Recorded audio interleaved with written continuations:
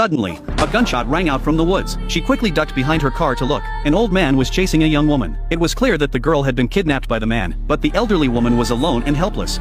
She didn't dare confront the criminal head-on. She had no choice but to wait until they left. Then quickly pull out her cell phone to call the police, but she discovered there was no signal in this area. Yet she couldn't stand by and do nothing, so she immediately got ready. She wanted to rush to the nearby town to report the crime.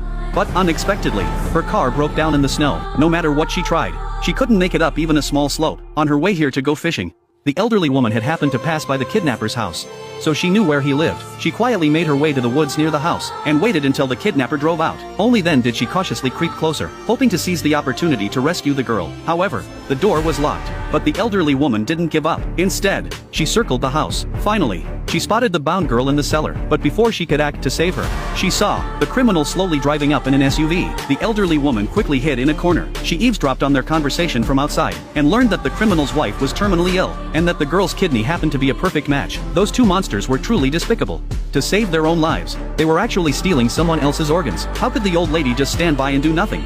So she wrote a line on the window, "I won't leave you." Then she deliberately left behind a single glove and walked away, beginning to devise a plan to rescue the girl. Before long, the criminal's wife stepped outside, and accidentally spotted the red glove on the ground. She immediately sensed something was terribly wrong. She rushed to the cellar window to look, and sure enough, found the message written on the window. Furious, she stormed into the house, and demanded to know whose glove it was. Only then did her husband suddenly remember that earlier that morning, an elderly woman who had gotten lost had asked him for directions to Eden Lake. Apart from that old woman, no one else had come by. They immediately grabbed their guns and went to the lake to investigate. Sure enough, they saw a small wooden cabin built on the ice. Could that old woman be fishing inside?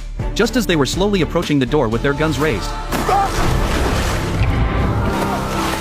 the old woman saw the criminal fall into the trap, and immediately turned and ran to the couple's house. She intended to rescue the girl from the cellar, but the girl's hands were chained to a pillar, and without the right tools, she couldn't break the chains. The old lady turned again and ran upstairs, searching for tools to unlock the handcuffs, while simultaneously turning on the kitchen faucet. Not only did she destroy all the heating equipment in the house, but she also threw the bedding and warm clothes into the water. As a result, the criminal who had fallen into the water had neither a change of clothes nor any way to keep warm. This old lady certainly knew how to deal with villains, but just as she stepped outside to look for tools, a gunshot suddenly rang out. The female criminal had just hit the old lady in the arm. Seeing the female criminal reloading her gun, the old lady ran into the woods and fled as far away as she could. Since her husband had fallen into the water and was about to freeze to death, the female criminal couldn't spare a moment to rush back inside. She tried to change her husband's clothes but discovered that everything in the house had been flooded by the old lady. The female criminal hurried down to the cellar to check. Thankfully, her new organ was unharmed.